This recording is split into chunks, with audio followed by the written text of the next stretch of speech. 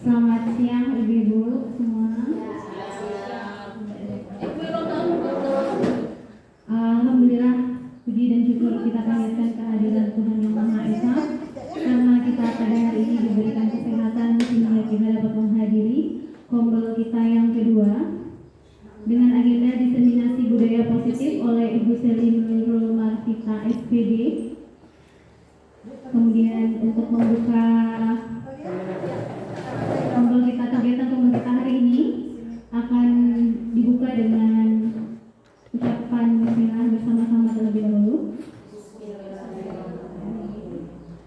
Kemudian kata sambutan oleh Ibu Kepala SMP Negeri 18 Kota Pontianak yang akan diwakilkan oleh Muka Kurikulum kepada Ibu Dwi Septaria Pratiwi SPD. Kami persilakan.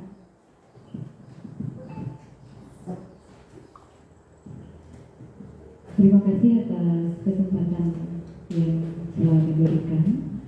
Assalamualaikum warahmatullahi wabarakatuh. Selamat siang ibu-ibu, Dewan Guru SMP Negeri 18 Pontianak. Terima kasih karena sudah hadir pada kegiatan kombel kita pada hari ini yang kedua. Karena jadwal kombel ini 2 minggu sekali akan kita laksanakan secara rutin. Mudah-mudahan tidak ada hambatan ke depannya. Nah, untuk kegiatan kali ini akan diisi oleh Ibu Seli berkaitan dengan tugas Ibu ya, tugas dari program pendidikan guru penggerak. Beliau nanti akan memberikan diseminasi. Nanti ibu-ibu bisa menyimak materinya. Semoga apa yang kita lakukan hari ini bermanfaat bagi kita semua. Baik, untuk mengefektifkan waktu, saya tidak berpanjang lebar. Semoga kita semua bisa mengikuti kegiatan ini dengan baik, lancar, dan selesai tepat pada waktunya. Itu saja yang bisa saya sampaikan. Kurang lebihnya saya mohon maaf. Assalamualaikum warahmatullahi wabarakatuh.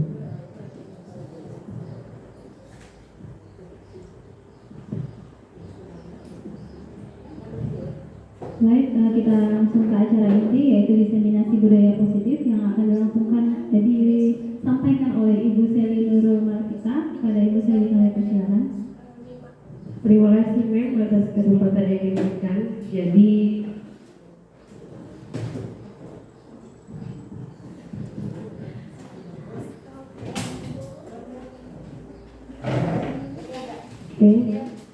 Assalamualaikum warahmatullahi wabarakatuh. Selamat siang semuanya. Oke, terima kasih sebelumnya saya ucapkan terima kasih yang sebesar-besarnya kepada ibu-ibu semua di sini yang bersedia meluangkan waktunya untuk sedikit mungkin di sini saya hanya berbagi saja sedikit ilmu atau pengetahuan sedikit saja tentang apa yang sudah saya pelajari gitu. Jadi bukan maksud untuk menggurui atau apa, saya cuma berbagi. Jadi berbagi pengetahuan sedikit kepada ibu bapak. Mungkin ibu bapak di sini juga pastinya sudah lebih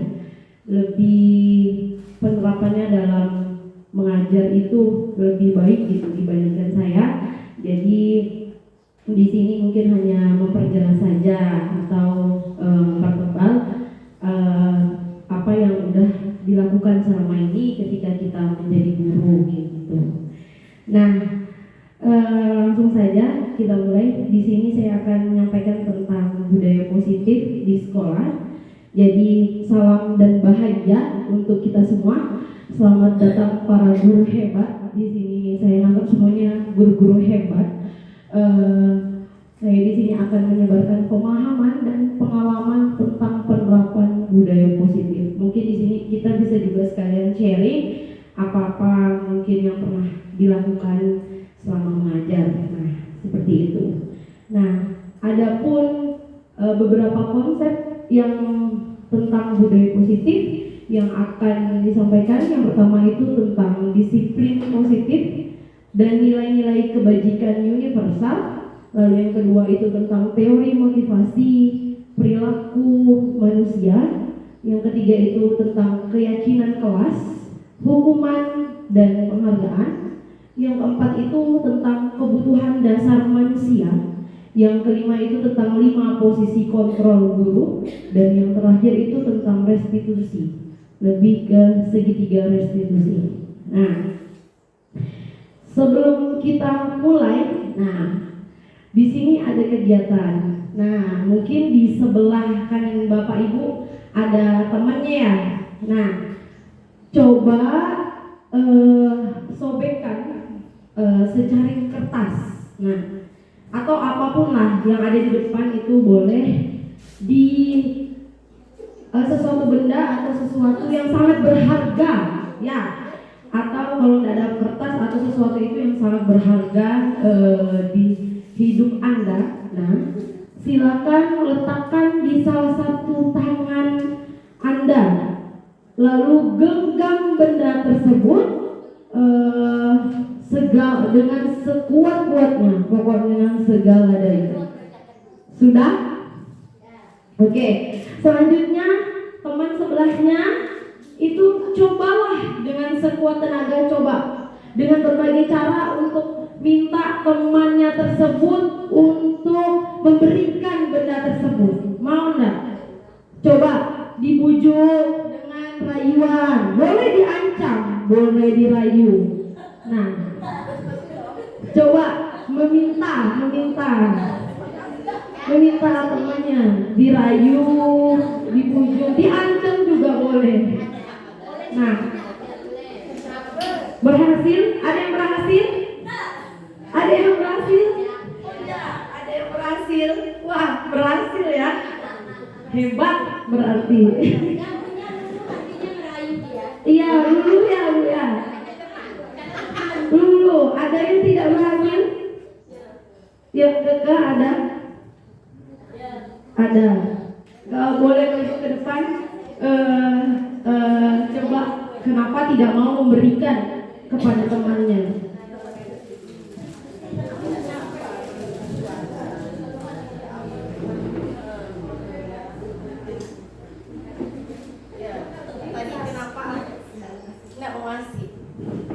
Karena tadi dipaksa pakai kekerasan, jadinya nggak mau dikasih gitu.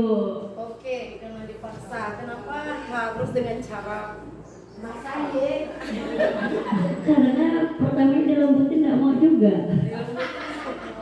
Oke, dilembutin nggak mau, akhirnya dipaksa.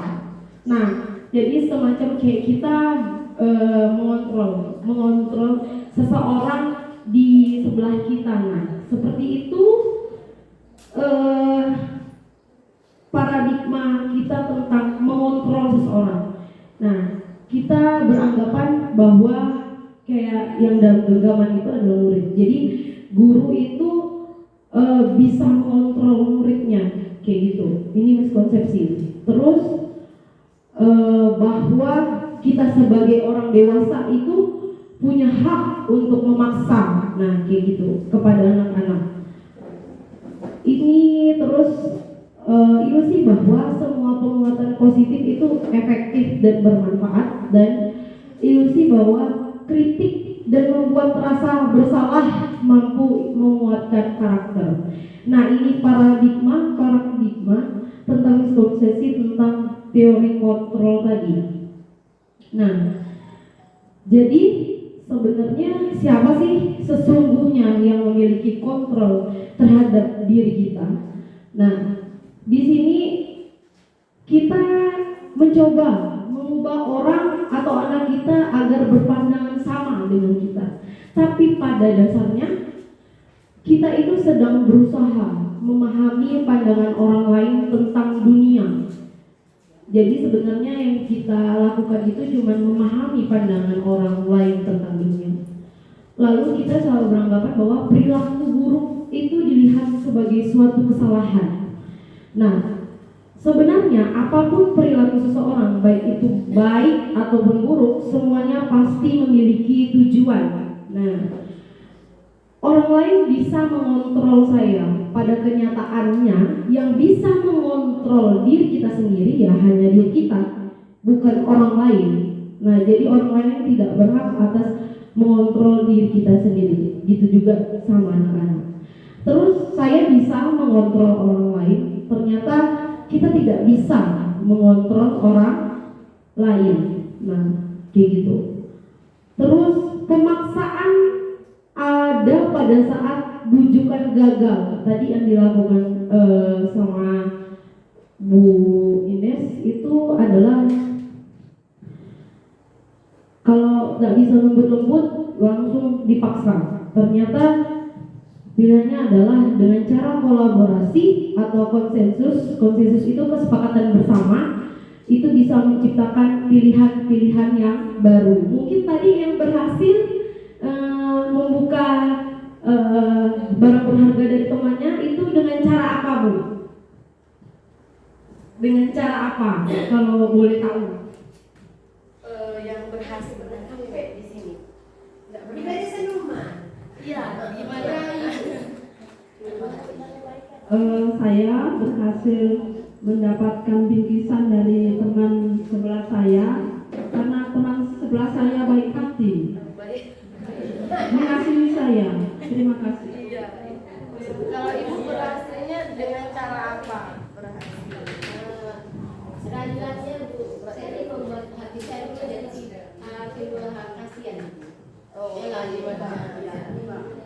Jadi ada kesepakatan di antara keduanya ya. Nah, itu ada pilihan-pilihan baru. Terus kita berpikir itu model yang dulu itu ada yang menang dan ada yang kalah. Tetapi pilihan yang baru itu adalah kita berpikir bagaimana kita sama-sama menang. Jadi sama-sama berhasil. Jadi tidak ada yang tidak berhasil. Jadi semuanya berhasil seperti itu. Nah, inilah yang mendasari dari pendekatan disiplin positif. Nah, kalau kita ngomong disiplin, yang terlintas di Bapak Ibu tuh gimana? Kata disiplin. Tertib, tepat waktu, sesuai dengan aturan, tanggung jawab. Terus apa lagi? Takut hukuman. Iya, takut hukuman. Jadi kalau dalam disiplin kita itu berarti harus patuh gitu ya Bu ya. Patuh dan menghubungkan kata disiplin dengan ketidaknyamanan. Jadi sebenarnya kita patuh tapi orang itu tidak nyaman untuk patuh. Nah, disiplin positif ini lebih menekankan atau mengontrol perilaku dalam kesadaran. Jadi orang itu sadar bahwa akan bertanggung jawab atas tindakannya sebagai wujud menghormati dirinya sendiri dan orang lain. Nah, kita sebagai pendidik, tujuan kita adalah menuntun murid kita untuk memiliki disiplin diri. Jadi ada kesadaran bertanggung jawab atas perbuatannya itulah yang disebut disiplin positif, sehingga bisa berperilaku pada akhirnya yang diharapkan itu siswa kita bisa berperilaku yang mengacu pada nilai-nilai kebajikan universal dan memiliki motivasi intrinsik dalam dirinya, bukan ekstrinsik. Oke, nilai-nilai. Jadi pendekatan disiplin positif itu bukan tentang anak kita ya yang harus disiplin, tapi lebih tepatnya itu tentang secara tidak langsung tentang diri kita dan cara kita sendiri, baik itu sebagai orang tua, guru maupun orang dewasa yang memberikan dampak dan pengaruh positif kepada anak atau peserta didik kita.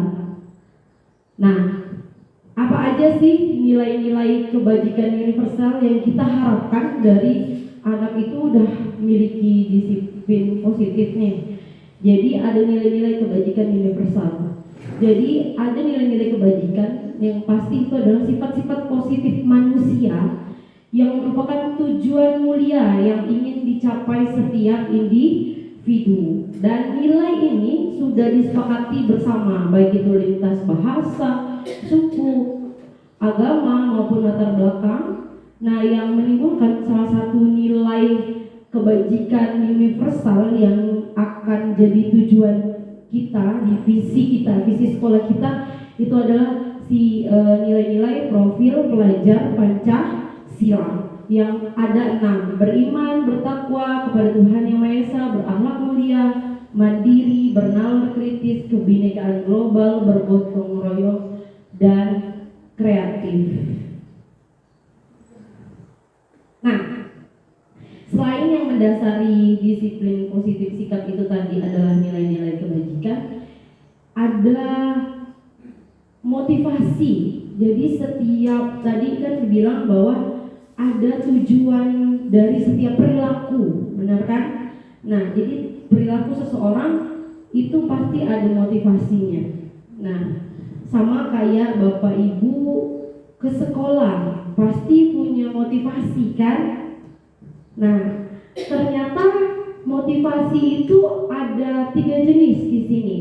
Yang pertama adalah untuk menghindari ketidaknyamanan atau hukuman. Yang kedua, untuk mendapatkan imbalan atau penghargaan. Yang ketiga adalah untuk menghargai diri sendiri.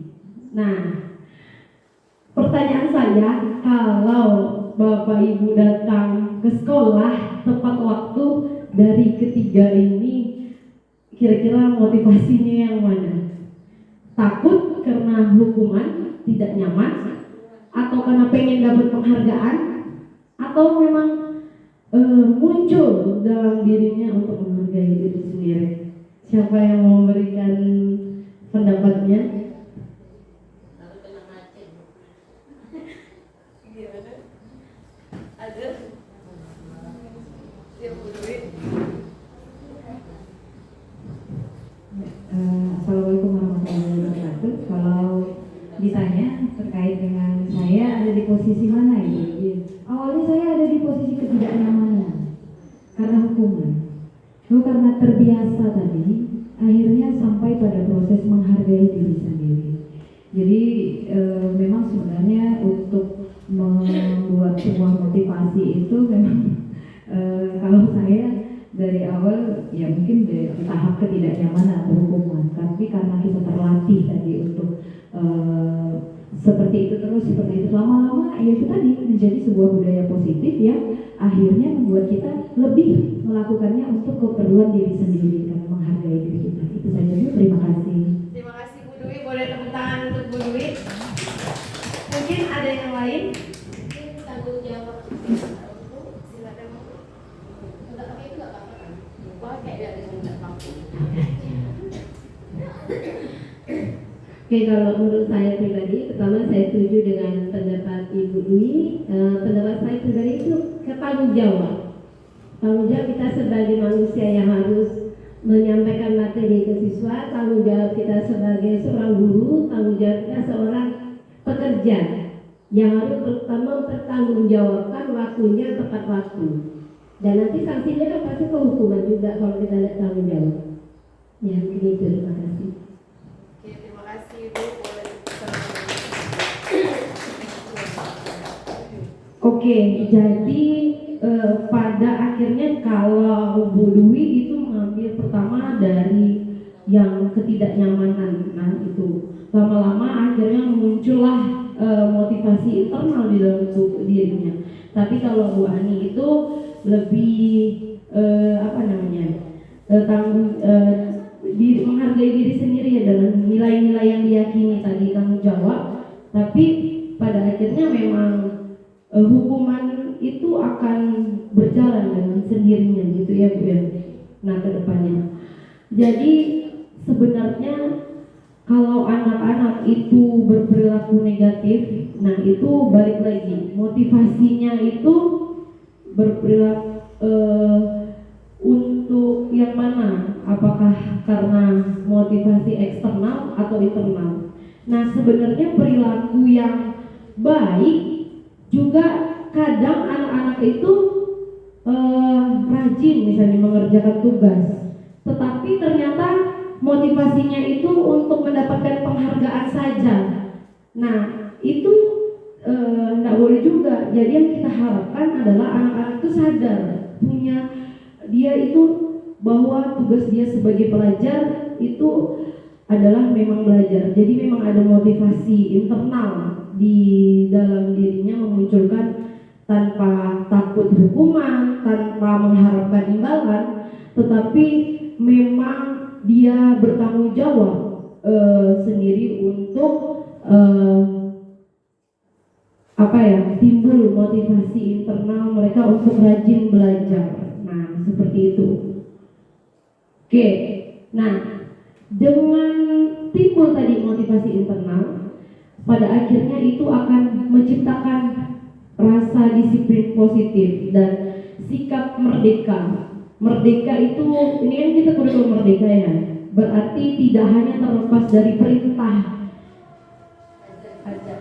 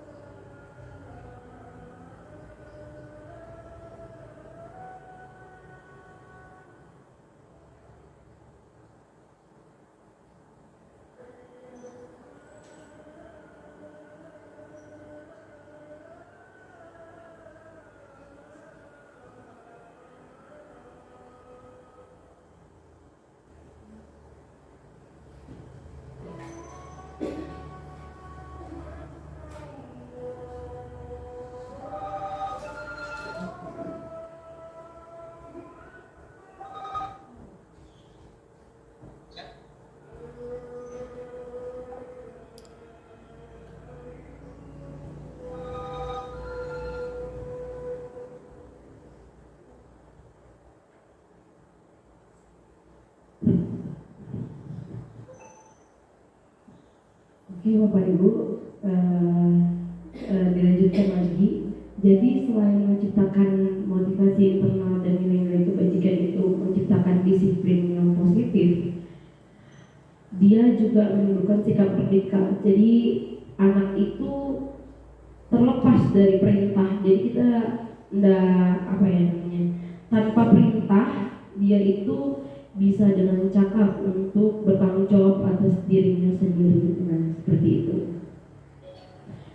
Nah, untuk menimbulkan rasa disiplin positif dan sikap merdeka, salah satunya itu adalah membuat keyakinan kelas. Nah, mungkin Bapak Ibu sudah melakukannya ya, semuanya ya, sudah pernah ya kita semua praktek tentang keyakinan kelas. Nah, di sini ada dua pertanyaan. Mengapa namanya itu tidak peraturan saja? harus keyakinan kelas? Nah, ada yang bisa memberikan pendapat kira-kira kenapa namanya harus keyakinan sih? Kenapa enggak peraturan aja kayak gitu? Peraturan ada sanksi. Bu, kalau peraturan ada sanksi.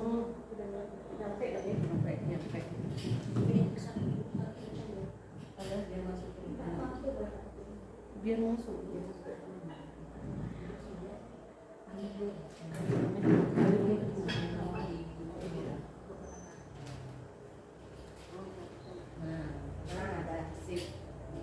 Kalau menurut saya peraturan itu ada sanksinya, tapi kalau keyakinan berhubungan dengan hati. Oke, terima kasih Ibu. Ibu Jamina, ada yang lain? Ya, Mem.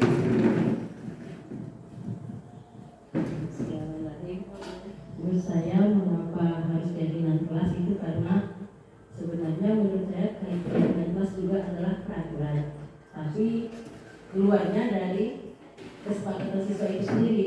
Mereka sendiri yang menentukan peraturan-peraturan yang akan dijadikan keyakinan kelas. Kalaupun nanti ada hukuman itu seperti konsekuensi yang harus disepakati juga. Jadi dari mereka jalankan bersama. Ya. Itu saja. Terima kasih. Terima kasih Mem, boleh tepuk tangan. Luar biasa penjelasan dari Bu Jamina dan Mem Lida. Jadi cukup jelas ya di sini bahwa kenapa peraturan itu identik dengan hukuman tadi kata Bu Jamina. Kalau kata Mem Lida, keyakinan itu adalah nilai-nilai yang sudah disepakati bersama. Nah, Oke, saya nanya di situ. Ada pertanyaan di situ. Mengapa kita memiliki peraturan 3M, menggunakan masker, mencuci tangan, dan menjaga jarak pada saat pandemi COVID-19? Yang kedua, mengapa kita memiliki peraturan harus menggunakan helm saat mengendarai sepeda motor? Ada yang bisa bantu jawab? Pertanyaan nomor 1 atau 2? Kalau yang nomor satu dulu ya menurut saya itu peraturan untuk kepentingan sendiri-sendiri ya, supaya tidak terjadi penularan kan gitu. Kalau yang kedua menurut saya ini aturan yang sudah dibuat untuk semua orang dan jika dilanggar itu ada sanksinya gitu. Sedangkan yang pertama tidak ada sanksinya, lebih kepada untuk diri sendiri. Kalau kita melanggar berarti kita yang menanggung akibatnya sendiri gitu. Itu menurut saya. Oke, terima kasih Ibu ya. Tepuk tangan.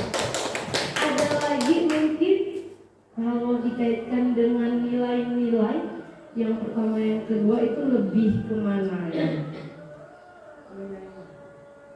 Yang keyakinan peraturan itu. Tadi kan Betul kan, itu peraturan ada yang ada hukuman dan yang itu sanksinya nggak ada, tapi lebih dampaknya langsung kena ke diri sendiri. Nah gitu. Kalau kita lihat yang pertama itu ada, yang kedua juga sebenarnya. Jadi ada nilai-nilai keamanan di situ kan. Ini kan sebuah peraturan ya. Nah kalau kita sadar, nah jadi menimbulkan sadar. Kalau tadi kata Bu Ria kan, yang pertama sadar bahwa kalau kita tidak pakai masker dan cuci tangan dan jaga jarak, kita langsung kena penyakit menular, penyakit COVID ini. Jadi dengan secara tidak langsung ada yang muncul di dalam dirinya motivasi internal untuk memakai masker. Begitu juga kalau kita pakai helm saat mengendarai sepeda motor. Kita sadar bahwa kalau tidak pakai helm berarti aman enggak untuk diri kita mengendarai sepeda motor? Enggak aman kan? Nah, mau enggak mau kita harus menggunakan helm, tapi motivasinya bukan karena takut hukuman, tapi menyadarkan kita bahwa keselamatan. Nah, ada nilai-nilai keselamatan. Jadi mendukung motivasi intrinsik itu kembali lagi ke nilai-nilai atau keyakinan-keyakinan di diri kita yang lebih menggerakkan seseorang dibandingkan hanya sekedar mengikuti serangkaian peraturan. Nah, gitu. Oke, balik lagi ke keyakinan kelas. Kan tadi udah dijelaskan bahwa keyakinan kelas itu kembali ke nilai-nilai. Nah, yang itu kalau dilihat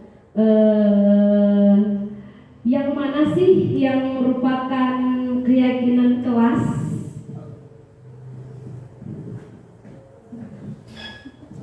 Yang mana? Kata-kata yang mana?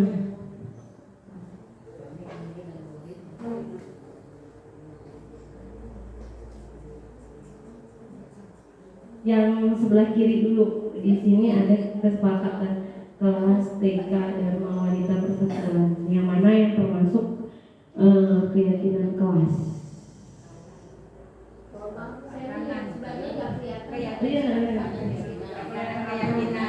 Keyakinan. Yang kiri dulu. Ya, kesepakatan kelas. Tapi dari kesepakatan ini, yang mana yang termasuk keyakinan atau keyakinan kan tadi berupa nilai-nilai ya. Ya, yang mana yang tertib. Nah, kalau menjaga kebersihan sekolah, berdoa sebelum sesudah kegiatan aktif dalam pembelajaran itu termasuk apa? Aturan, betul Bu. Peraturan kelas. Sedangkan yang dimaksud dengan keyakinan kelas adalah nilai yang diyakini bersama, yaitu tertib. Nah, gitu. Oke, bagaimanakah membuat keyakinan kelas? Tahap pertama tadi itu kita merincikan dulu peraturan kelas itu apa aja. Misalnya tidak boleh membuang sampah sembarangan. Nah, lalu kita membuat pernyataan universal, lalu harus dibuat dalam bentuk kalimat positif. Misalnya kayak kita buat aturan tidak boleh membuang sampah sembarangan. Nah, itu kalimat positif atau negatif? Tidak boleh membuang sampah. Itu negatif. Diubah jadi positif, berarti membuang sampah pada tempatnya. Nah, itu aturan, masih dalam bentuk aturan. Lalu setelah dibuat kalimat positif, kita aturkan sedikit saja agar mudah diingat, lalu disesuaikan dengan kondisi kelas dan sekolah agar mudah diterapkan. Akhirnya akan timbul, kalau kita membuang sampah pada tempatnya itu termasuk nilai apa? Kebersihan. Berarti keyakinan kelasnya berarti kebersihan, seperti itu. Nah, oke. Di sini ada peraturan di sebelah kiri, di sebelah kanan kita coba cari keyakinan kelasnya apa sih, kayak gitu. Yang pertama itu selalu kembalikan buku ke tempatnya. Jadi apa keyakinan kelasnya ya? Kira-kira Sama-sama kali ya kita. yang pertama, selalu kembalikan buku ke tempatnya. Itu peraturannya. Keyakinan kelasnya berarti satu nilai, disiplin. Ada yang lain? Tanggung jawab. Oke, nanti kita lihat. Kedua, dilarang mengganggu orang lain. Itu apa keyakinan kelasnya?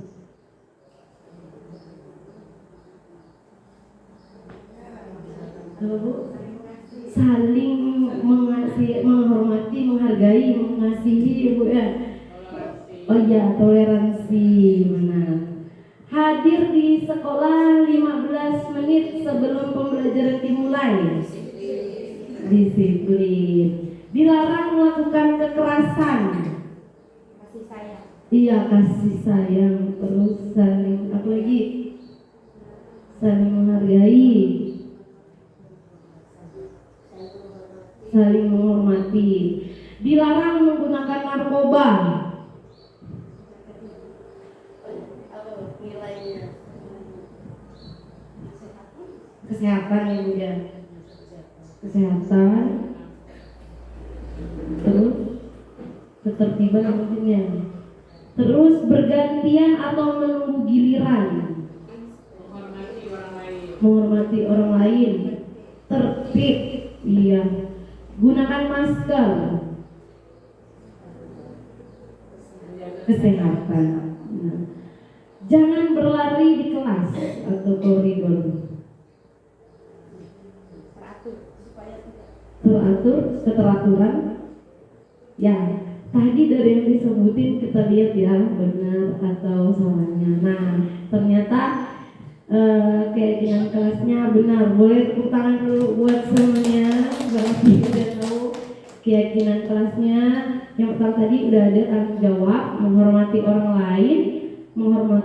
lain atau berkomitmen hadir 15 menit sebelum pembelajaran dimulai. Terus dilarang melakukan kekerasan itu tentang keselamatan dan menghormati orang lain. Dilarang menggunakan narkoba itu kesehatan tadi. Betul, bergantian menunggu giliran, menghormati orang lahir atau kesabaran. Gunakan masker itu kesehatan dan keselamatan. Jangan berlari di kelas atau koridor itu keselamatan dan keamanan. Jadi inilah keyakinan-keyakinan kelas yang kita tuliskan nanti itu di dalam kelas gitu. Hanya nilai-nilai yang diyakini. Sedangkan peraturannya itu sudah mereka sadari sebelumnya apa aja sih sebenarnya yang harus dilakukan, sikap-sikap untuk menghormati orang lain kayak gitu. Udah jelas atau ada yang mau ditanyakan? Atau lanjut lagi ya, masih banyak soalnya. Nah, dalam perilaku siswa ada baiknya kita itu memberikan apresiasi. Nah, atas segala perilaku anak kita. Nah, beberapa hal yang perlu diingat kalau kita memberikan apresiasi kepada siswa kita itu, satu, beri pengakuan itu secara khusus. Nah, yang kedua itu secara pribadi. Yang ketiga itu berikan itu kepada semua murid. Jadi jangan hanya ke satu terus kayak gitu. Jadi secara bergantian dan berilah apresiasi itu secara konsisten. Dan ingat bahwa kita memberikan apresiasi itu fokus pada proses, bukan hanya hasilnya. Jadi prosesnya itu yang harus kita apresiasi. Nah, ini contoh ada tindakan, misalnya siswa kita situasinya itu dia menolong murid baru di kelas kita. Jadi bentuk apresiasinya tuh kemarin saya perhatikan rasa empatimu itu besar sekali. Jadi yang dilihat adalah nilai-nilai kebajikan yang kita apresiasi, kepeduliannya, terus kita berterima kasih juga dengan rasa tanggung jawabnya. Ketika ada siswa yang memungut kertas-kertas berserakan di lantai, terus membantu teman-temannya ketika di tugas kelompok. Jadi itu adalah bentuk salah satu kita untuk menimbulkan disiplin positif yang ada di anak. Jadi setiap perilaku anak itu ada nilai-nilai kebajikannya. Jadi itu wajib kita apresiasi, beri apresiasi. Seperti itu. Nah, tadi kalau kita ngomongin aturan, peraturan itu ada hukuman. Nah, benar kan? Dan kalau kita keyakinan itu lebih ke konsekuensi. Jadi setiap anak yang bertanggung jawab pasti tahu atas tindakannya itu apa sih konsekuensinya. Jadi ini adalah perbedaan dari hukuman dan konsekuensi. Kalau hukuman itu lebih sesuatu yang menyakitkan, benar? Menyakitkan dan harus terjadi. Nah, harus pasti terjadi. Misalnya dicubit gitu kan, itu menyakitkan dan harus terjadi. Tapi kalau konsekuensi memang sesuatu yang harus terjadi tapi tidak menyakitkan karena kita tahu dari awal. Terus yang kedua itu membuat anak sakit fisik maupun psikis ya, hati untuk jangka waktu yang lama. Sedangkan konsekuensi itu membuat anak merasa tidak nyaman dalam jangka waktu pendek saja, tidak sampai berlarut-larut sampai panjang ya. Dari apa ya, pengalaman saya gitu kan, kalau misalnya baru awal masuk tuh pasti saya selalu nanya apa sih kenangannya ketika ketika pembelajaran sebelumnya atau di sekolah sebelumnya itu yang pengalaman yang tidak enak gitu, yang tidak menyenangkan yang pernah dialami anak-anak. Dan jawaban anak-anak itu ternyata saya tuh nggak nyangka gitu, walaupun sudah setahun 2 tahun berlalu atau bahkan sampai 3 tahun atau kita sendiri ya sampai sekarang tuh masih mengingat gitu perkataan guru kita, yang perlakuan guru kita itu yang tidak menyenangkan gitu dan membuat itu tuh sakit gitu, sakit hati kayak gitu. Nah, jadi perlu dipikirkan. Terus kalau hukuman itu jadi membuat benci, jadi anak-anak tuh benci sekali sama kedisiplinan. Sedangkan kalau konsekuensi dia menghargai disiplin karena tadi itu dilibatkan dalam membuat konsekuensi. Terus kalau hukuman itu bersifatnya paksaan, kalau konsekuensi itu lebih stimulus tanggapan. Hukuman itu mendorong anak menyakiti dirinya sendiri. Terus kalau konsekuensi mendorong anak agar mudah menyesuaikan diri. Dari hukuman itu biasanya anak itu membuat konsep dirinya itu buruk kayak gitu. Sedangkan kalau konsekuensi lebih menganggap bahwa ya kesalahan itu tidak apa gitu, asal ke depan dia mau memperbaiki dirinya. Nah, terus yang hukuman itu lebih akhirnya membuat anak itu tidak jujur, jadi dia belajar untuk menyembunyikan kesalahan. Sedangkan kalau konsekuensi lebih belajar untuk mematuhi peraturan. Kadang hukuman itu membuat rasa marah, bersalah, dipermalukan, merasa tak dihargai. Tetapi kalau konsekuensi itu lebih kehilangan hak, dibuat tidak nyaman dan diasingkan untuk sementara sifatnya seperti itu. Nah, udah jelas. Kalau sudah jelas, mungkin kita bisa sama-sama ya nentuin apakah tindakan ini termasuk konsekuensi atau hukuman. Nah, ada yang pertanyaan yang pertama, menurut ibu bapak mencatat 100 kali di dalam buku kalimat saya tidak akan terlambat lagi, karena saya tidak akan terlambat lagi. Nah, jadi di 100 kali. Nah, dia tuh karena terlambat ke sekolah, dia diberikan untuk mencatat 100 kali. Itu hukuman atau konsekuensi? Hukuman atau konsekuensi? Hukuman atau konsekuensi? Catat 100 kali.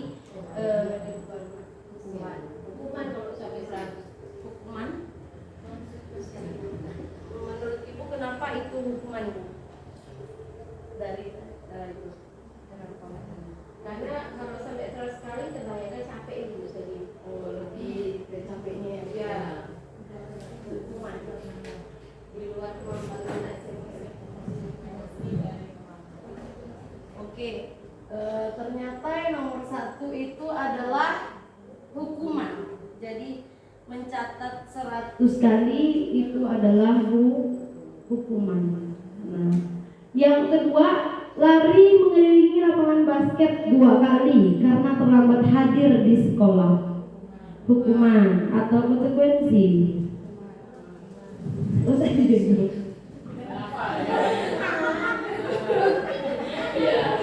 Yang kedua, harusnya di papan tulis kan? Kalau papan tulis bisa kita tebak dulu. Hukuman, ini apa hukuman? Oke, yang ini murid diminta push up 15 kali karena nggak menggunakan masker ke sekolah. Hukuman, ini mengganti kertas tugas teman yang telah dicoret-coret. Konsekuensi. konsekuensi. Membersihkan tumpahan air di meja tulis karena tersenggol pada saat belajar, konsekuensi. Murid disuruh untuk tidak mengenakan sepatu seharian di sekolah karena dia tidak menggunakan sepatu hitam. Jadi nah, kenapa hukuman? Siswanya kira-kira jadi merasa apa kalau seperti itu? Iya, merasa dipermalukan kayak gitu. Itu jadi termasuk hukuman. Nah, yang terakhir ini lari memiliki lapangan basket 2 kali karena terlambat 10 menit pelajaran PJOK. Apa bedanya sama yang ini? Ini juga lari mengenai lapangan basket 2 kali karena terlambat hari di sekolah, tapi itu hukuman. Sedangkan ini konsekuensi, sama-sama lari.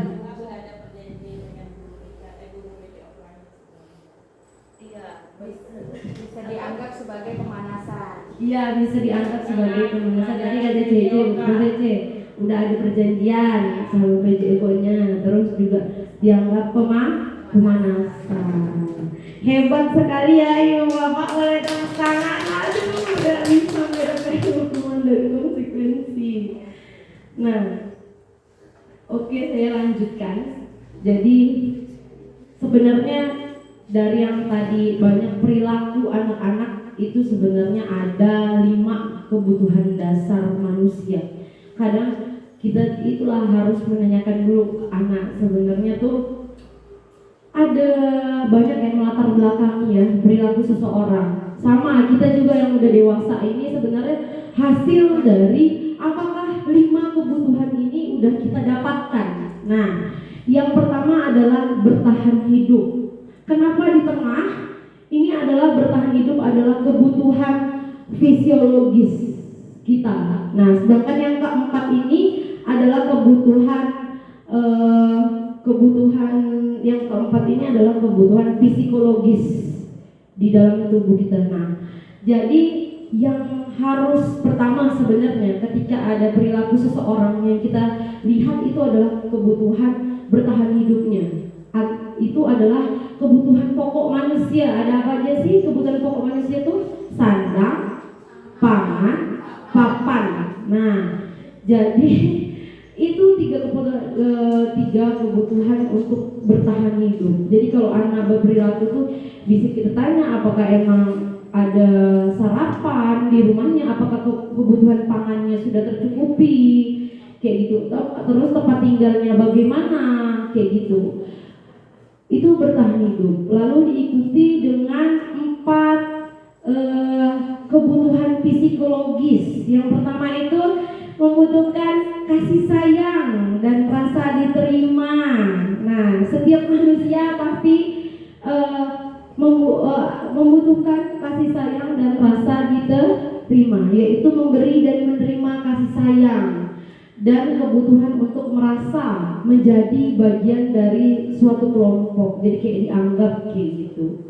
Nah, itu adalah kasih sayang dan rasa diterima. Mungkin kalau kita itu dapatnya dari keluarga kita kayak gitu. Nah, anak-anak tuh juga biasanya kalau udah dapat rasa kasih sayang dan diterima itu mulai tuh caper-caper kan di kelas. Nah, itu.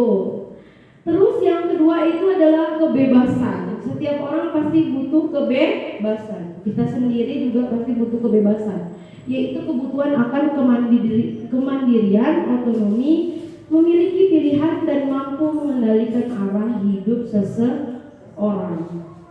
Nah, jadi kalau kayak kita model berdiferensiasi tuh berarti anak-anak itu pasti punya rasa ingin bebas kayak gitu, yang nggak bisa diam di dalam kelas tuh. Bisa dilihat apakah kebutuhan kebebasannya itu di rumahnya tuh udah tercukupi atau enggak, terpenuhi atau enggak. Lalu kesenangan. Nah, kesenangan di sini adalah kebutuhan untuk mencari kesenangan, bermain dan tertawa. Nah, itu. Terakhir adalah penguasaan. Nah, keinginan untuk dianggap berharga, bisa membuat perbedaan, bisa membuat pencapaian, kompeten dan diakui serta dihormati. Ini rasa harga diri. Harga dirinya itu merasa dihargai nggak, diakui nggak kemampuannya. Nah seperti itu.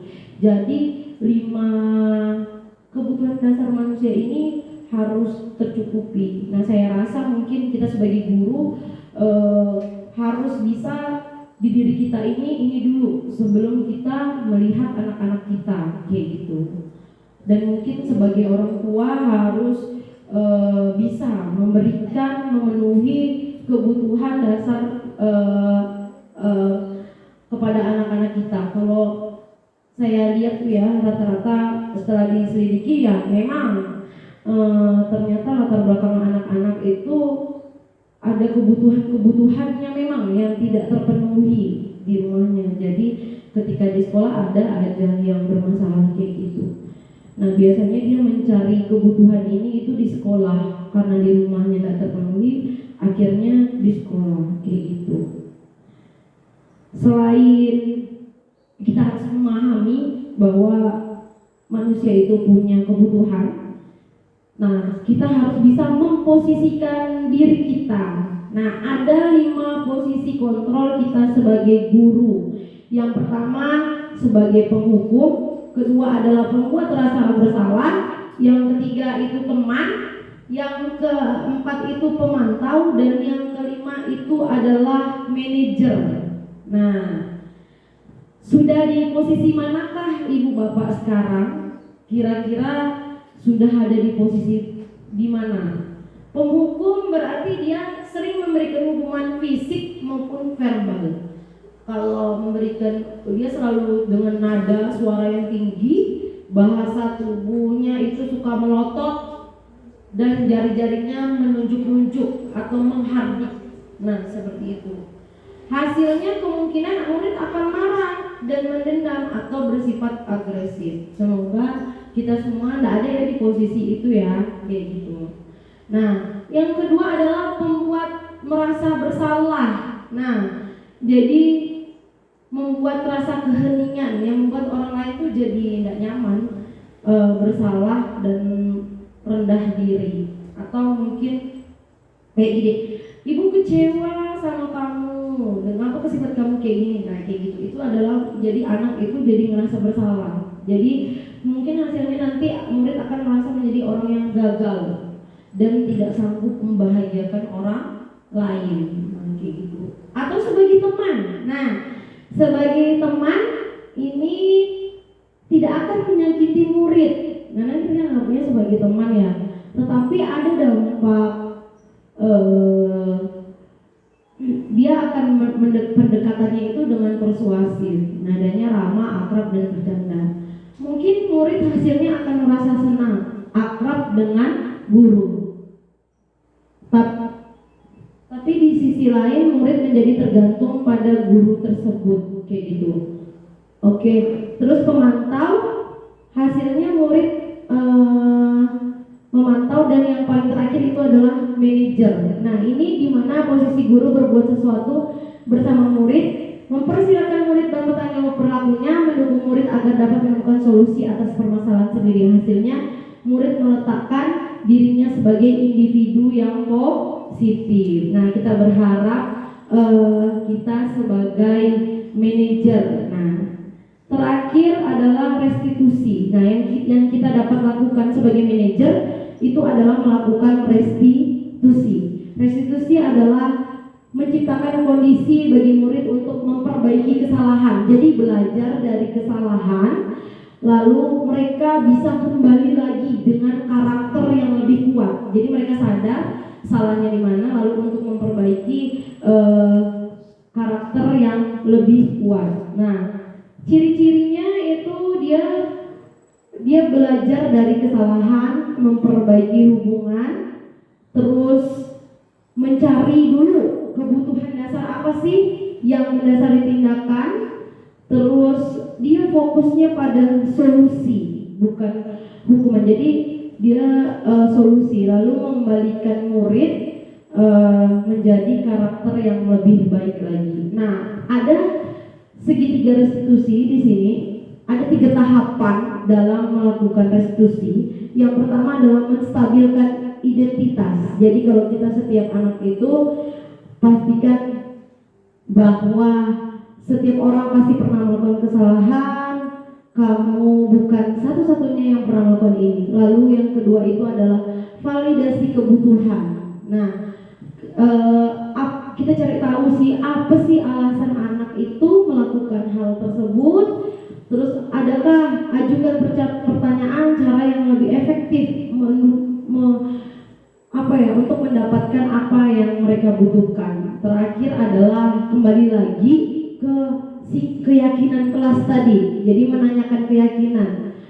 Apakah nilai-nilai yang udah kita sepakati bersama, terus ke depan kita tanya kamu ingin menjadi orang yang seperti apa. Nah, itu cara-cara restitusi yang bisa kita lakukan kepada anak kita ketika ada masalah. Nah, kayak gitu. Ini pertama menstabilkan identitas bahwa berbuat salah, belajar dari kesalahan. Berbuat salah itu hal manusiawi, tidak ada manusia yang sempurna.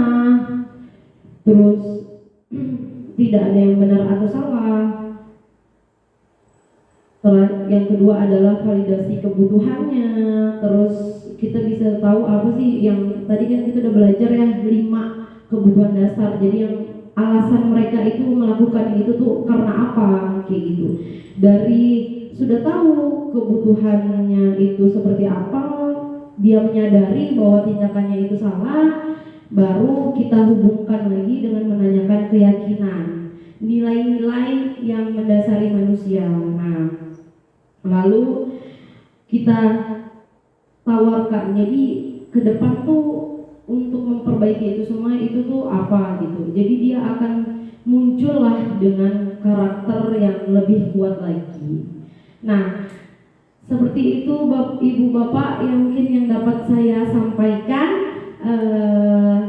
Terima kasih semuanya. Terakhir, mari belajar bersama, berkolaborasi, saling mendukung demi mewujudkan disiplin positif di sekolah kita sehingga dapat menciptakan karakter peserta didik sesuai dengan profil pelajar Pancasila. Terima kasih atas perhatiannya. Saya akhiri. Wassalamualaikum warahmatullahi wabarakatuh. Selamat siang.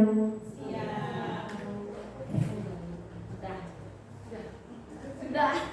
Tapi 60 nggak apa-apa. 2 menit nih. Ada tanya jawab tuh.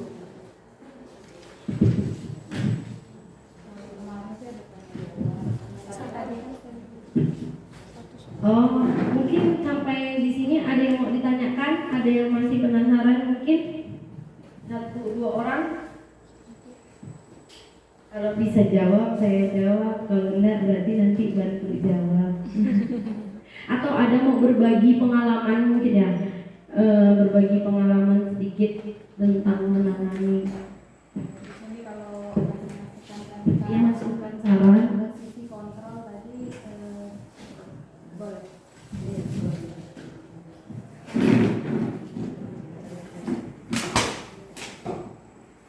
Baik Ibu, tadi ada materi tentang posisi kontrol guru. Ini menarik karena kita sebenarnya punya 5 posisi kontrol, di mana yang pertama kita itu sebagai penghukum, kemudian pembuat rasa bersalah sebagai teman, sebagai pemantau, dan sebagai manajer gitu. Yang paling ideal di sini adalah posisi kontrol sebagai manajer. Tetapi dalam pelaksanaan di lapangan cenderung kita itu mengambil posisi kontrol yang lain karena situasi dan kondisi. Jadi paling penting bagi kita adalah bagaimana kita mengenal karakter dari anak-anak murid kita dulu sebelum kita menerapkan posisi kontrol mana nanti kita berada seperti itu. Karena di zaman sekarang itu tidak hanya ada waktunya ketika anak itu diberikan posisi sebagai teman, ketika gurunya sebagai teman itu ada yang mau menurut gitu kan, tapi ada efek atau dampak negatif dari ketika kita selalu menerapkan posisi sebagai teman. Maka begitu juga ketika kita selalu menerapkan posisi sebagai penghukum, karena itu mungkin di dalam perjalanannya kita akan kehilangan wibawa kita di mata anak-anak seperti itu. Memang kelihatannya keras, kan? Tapi ternyata kita akan kehilangan kewibawaan seperti itu. Kemudian pembuat rasa bersalah ini, kalau pembuat rasa bersalah ini kita nanti cenderung ditekan oleh siswa kita. Jika kita dianggap lemah seperti itu, karena kita menampilkan satu sikap untuk dikasihani seperti itu kan. Kenapa Mak? Kenapa harus ini? Ibu kecewa sama kamu. Jadi kadang kita memberikan sebuah sugesti yang kesannya akan negatif ketika berada di posisi kontrol ini. Kemudian sebagai pemantau, kalau sebagai pemantau jangan cuma melihat. Ketika kita melihat pelanggaran-pelanggaran yang dilakukan, kita tidak juga boleh selalu berada di posisi ini. Tapi ketika kita dibutuhkan di dalam situasi itu, maka masuklah kita untuk memberikan tadi seperti restitusi seperti itu ya Bu ya. Jadi jangan terlalu sering melakukan ini. Tapi memang yang ideal itu yang kelima sebagai manajer. Tapi ya itu kan yang kembali karena karakter anak kita beda-beda, jadi akan lebih baik kalau kita mengenal karakter mereka terlebih dahulu sebelum kita melaksanakan posisi kontrol mana yang akan kita posisikan seperti itu. Terima kasih Bu Seli. Mohon maaf atas segala kekurangan. Assalamualaikum warahmatullahi wabarakatuh. Terima kasih Bu Dwi ya atas tambahannya ya. Ini pembelajaran buat kita semua. Semoga kita bisa memposisikan lah diri kita. Saya juga masih belajar kayak gitu ke depannya. Oke, ada lagi yang lain mungkin? Yang Bu Ani.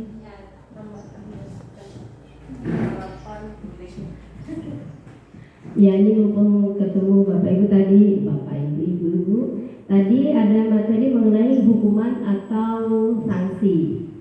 Ini saya hubungkan dengan pembelajaran di sekolah kita mengenai literasi dan baca kitab. Kayaknya kita harus buat kesepakatan ya oleh semua guru bagi anak-anak yang tidak bawa literasi atau Alkitab itu apa yang akan kita berikan. Apakah hukuman atau sanksi?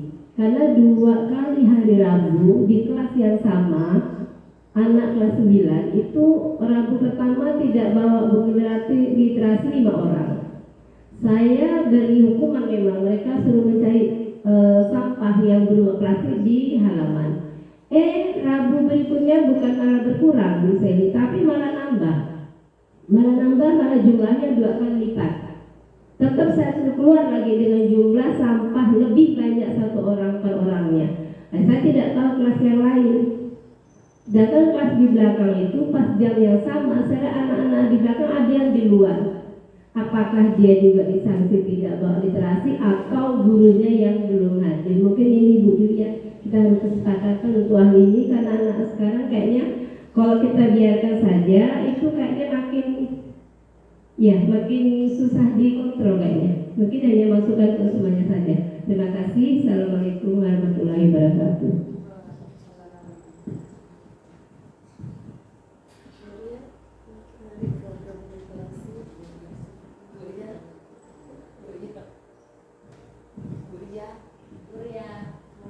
Program literasi ada kiat-kiat mungkin ya. Kalau seandainya ini tidak berjalan lancar, itu seperti apa gitu program literasinya? Anak-anak tadi itu banyak yang masih belum membawa ya Bu ya? Iya, tidak bawa buku. Ya, saya mau lanjutkan ya. Ini kalau kebetulan saya itu 2 hari Selasa Rabu itu kan saya di 9D dengan di 9C. Nah, alhamdulillah saya ini berjalan lancar karena saya selalu bawa buku jurnal saya yang saya di printer. saya selalu catat anak-anak yang tidak bawa buku, buat perjanjian juga. Ada saya punya catatan dulu. Jadi kalau mereka tidak mampu beli, usahakan sebelum literasi waktu Selasa Rabu ya, itu meminjam buku di perpustakaan. Kalau dia tidak mampu beli buku, usahakan seperti itu. Jadi udah beberapa anak udah saya catat. Saya beri waktu saya beri kesempatan dua kali tidak bawa. Saya panggil orang tuanya, saya bilang gitu. Dan alhamdulillah untuk kelas saya literasi hari Selasa Rabu berjalan baik. Termasuk hari Kamis saya masuk juga di 9D yang bawa kitab, banyak yang bawa Al-Quran. Banyak bawa Al-Quran. Jadi saya juga gitu, saya catat namanya, kemudian saya buat perjanjian. Sampai sejauh ini sih masih lancar. Iya, karena memang literasi harus berjalan sebenarnya. Kalau tidak ada, tidak bisa juga. Gitu. Jadi bagaimana kita? Gitu. Memang saya lihat ada beberapa kendala sih, tapi tergantung kita sih. Karena saya Selasa Rabu 2 kelas itu, saya terfokuskan 2 kelas itu. Terima kasih. Mungkin kalau dari makasih Bu Diana sebelumnya, dari itu mungkin lebih kesepakatan lagi ya Bu ya, atas kita buat kesepakatan sama anak-anaknya, terus juga ternyata tadi ada kesalahannya tapi nggak ada solusinya ya Bu ya. Nah jadi kita persiapkan solusinya, terus ada konsekuensinya kalau sampai 2 kali itu dipanggil orang tuanya. Nah jadi lebih ke cara itu dulu Bu, mungkin baru nanti kalau itu memang belum berhasil juga itu perlu penanganan khusus lah ya kayak gitu. Jauh ini saya Berhasil.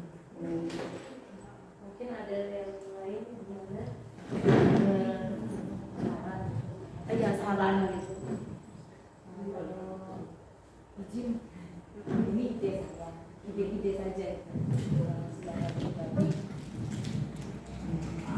Terus dari tadi Bu, kalau terkait dengan literasi ini, kemarin saya sempat bilang sama anak-anak di kelas, kebetulan saya dapat jadwal menjadi guru jam pertama untuk literasi itu di kelas 9A.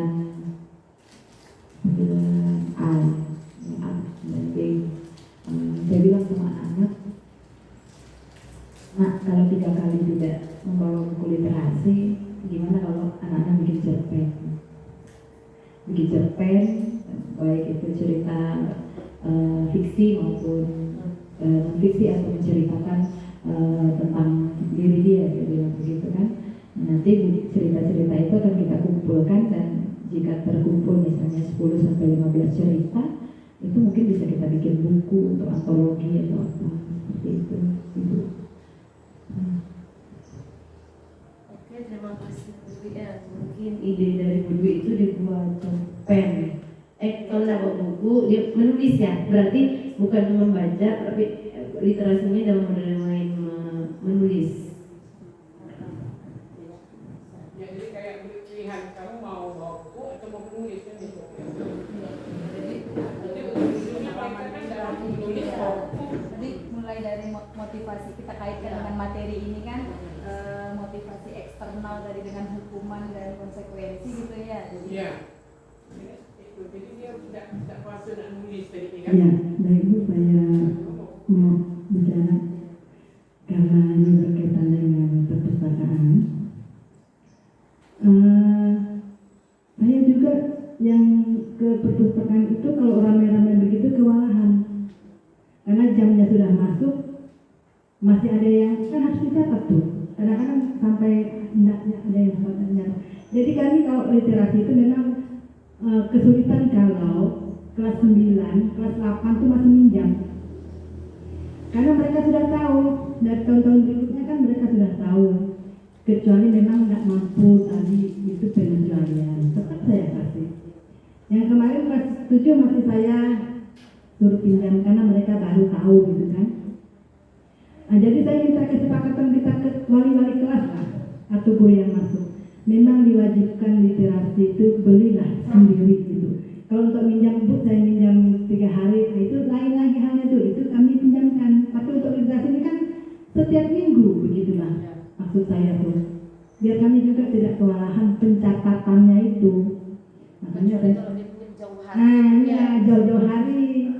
Nah, tapi ini waktu masuk nyerbu gitu. Nah, itu kayak nggak mampu itu. Nah, jadi saya mohon kerjasama kita lah, bantu kami juga di perpustakaan, bagaimana mengarahkan anak-anak sebagai wali kelas. Kecuali memang nggak mampu, itu memang harus kita catat. Oh, memang nggak mampu, tanya orang tuanya bagaimana. Itu saya kasih mereka. Tapi kalau yang memang baru literasi nyerbu begitu, kadang-kadang saya bingung, takut. Iya kalian dulu. Kadang-kadang saya ngomong, ibu hanya minta kejujuran kaliannya. Kalau kalian nggak bisa nyatat kan waktunya habis bu. Ambil saja, tapi nanti kembalikan. Makanya saya kadang-kadang minta kembalikan. Jadi itu saja, mohon bantuan ahli kelas atau lain sehingga kami juga mudah untuk mengontrolnya. Baik, terima kasih. Kalau saya di kelas 7C kemarin saya sudah minta ke orang tuanya untuk membelikan buku bacaan. Saya wajibkan ke orang tuanya. Sudah saya sampaikan karena ini program dari sekolah. Jadi ya Bu, kebetulan saya juga pernah Bu kelas 9 itu di hari Rabu kan kebagian literasi di kelas 9D. Saya pernah menemukan buku di perpustakaan yang mana anaknya itu tidak kembalikan ke perpustakaan. Pada saat itu anaknya tidak masuk, berarti sisanya dari kemarin. Nah, tidak dikembalikan Ibu. Iya.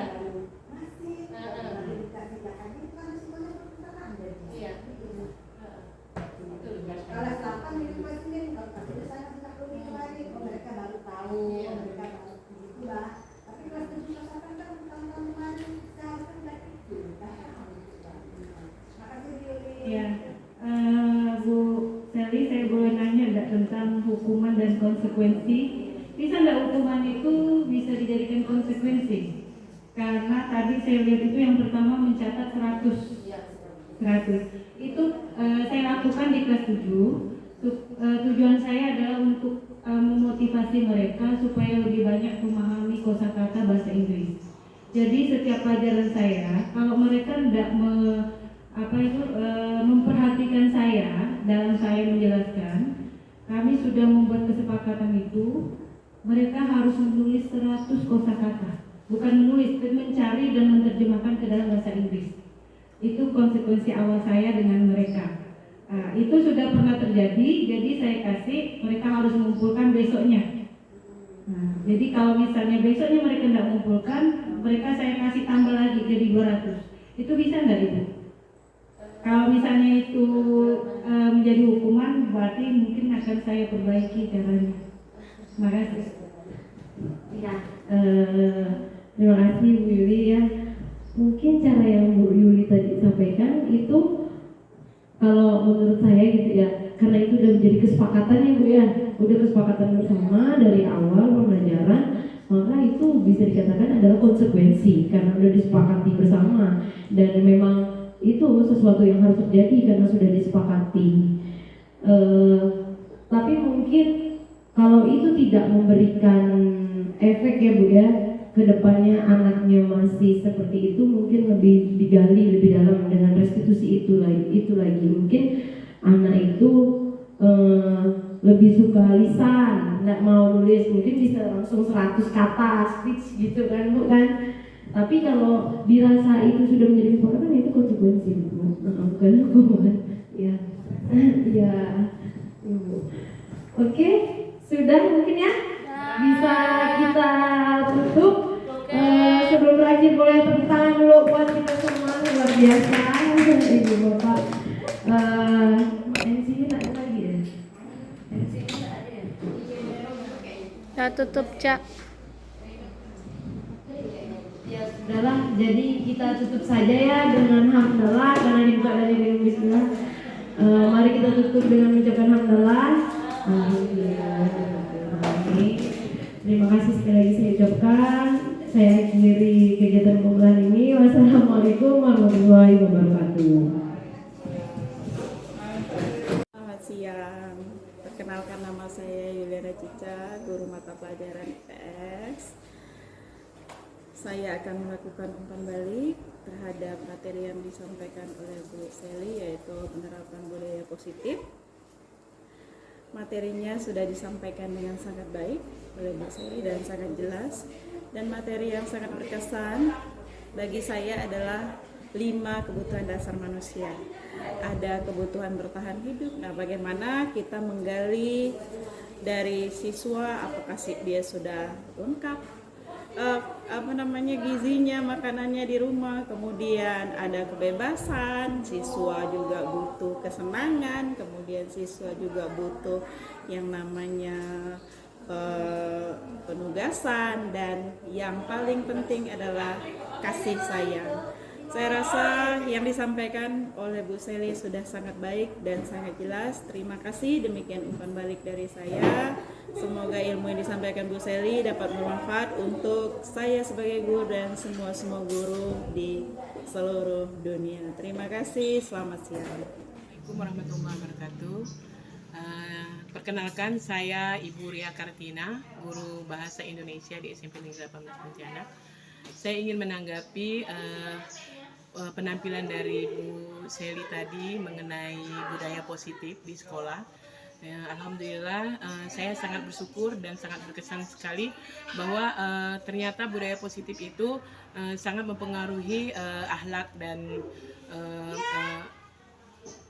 dan bagaimana kita membedakan antara peraturan dan keyakinan kelas. Dengan begitu, kita sebagai guru bisa membedakan bagaimana kita membuat peraturan dan bagaimana kita meyakinkan anak-anak untuk patuh kepada peraturan di sekolah. Dan kemudian di antara guru dan siswa juga ada kesepakatan di kelas, itu malah membuat kita lebih menyadari bahwa disiplin di sekolah maupun di kelas itu sudah sangat harus kita lakukan. Begitu saja tanggapan dari saya. Sekian dan terima kasih. Wassalamualaikum warahmatullahi wabarakatuh.